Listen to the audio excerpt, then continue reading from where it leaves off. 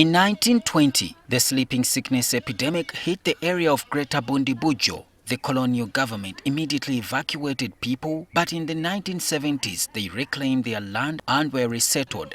However, when President Obote returned to power in 1980, the epidemic resurfaced in 1983 and another evacuation was conducted, and since that time, there has never been a resettlement. The second eviction, when Idi Amin directed us to go back there, Obote too came and evicted us unconditionally, without being compensated or resettling us.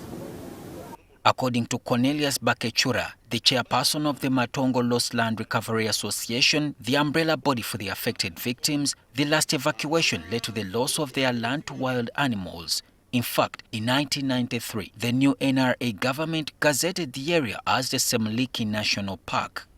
And even the NRM government recently, in 1993, they declared the land, they gazetted the land a national park without our consent.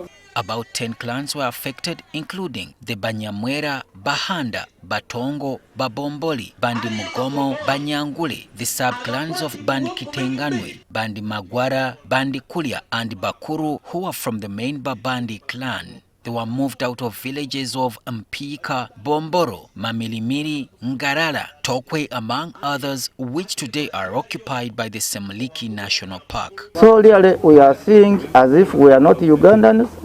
Our rights has been violated. So this time we are no longer fearing now death.